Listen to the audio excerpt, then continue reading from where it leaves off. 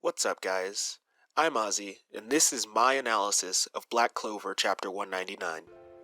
To my surprise, after chapter upon chapter of tense revelations, drama, and a much darker tone, Black Clover Chapter 199 makes a return to form with an awesome display of skill and tactics from the Silver Eagles captain, Nozel Silva. After a final deflection with the assistance of Yuno, Asta has finally come out of his black mode. Obviously, this doesn't account for a total loss of Asta to the rest of this climax, as he has gone through many rough times without it before. However, I feel that this is worth pointing out simply because it has been saving him from some attacks previously during this encounter. Regardless, I'm sure that surviving all of this without it will benefit him in the future. Not necessarily a new spell or anything, but more so in skill and in his non-magic techniques.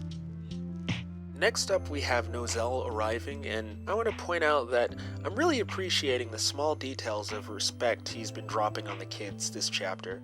Whether he's been protecting them from Patre, or at the end when he looks back and says, "Hey, I'm gonna be Magic Emperor." Maybe it's just me, but I've been liking these details of progress in his character.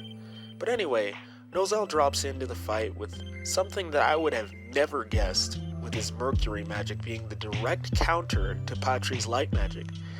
This leads to what looked like a fairly effortless victory on Nozel's part, and I have to admit that he looked really cool doing it, but I don't think this is over. During Nozel's explanation, he mentions that Fuego Leon counters him, but he has no intent on letting that be the deciding factor with his rival. Now, we definitely have to account for the fact that Nozel is one of the smart fighters in this series, as shown in this chapter, and that fighting smart has shown to make up for type disadvantages. And although I wouldn't necessarily pair Patre in this category, I still want to give him enough credit to have at least one or two more things up his sleeve. That being said, Nozel did manage to deal a huge blow without sustaining any damage, and that is commendable.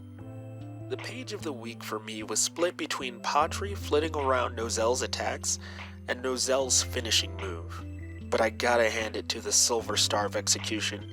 It's one of those spells that I can't stop looking at. I never really thought much of Mercury magic in the past, but this panel is definitely a majestic display. When you think about the fact that he needs to focus his mind to make such delicate patterns, it really puts into perspective as to why he's the captain of the Silver Eagles, and why he has such high standards for Noel. Moving on to my predictions for the next chapter, I don't expect to see much time spent with Patre, seeing as it will be the 200th chapter, but knowing the typical pace of this series, I can see a few pages spent with raids and Valtos trying to make sense of things, as well as an exorcism, maybe? What I'm mostly looking forward to though, considering he was nowhere to be seen this chapter, is Yami versus the demon.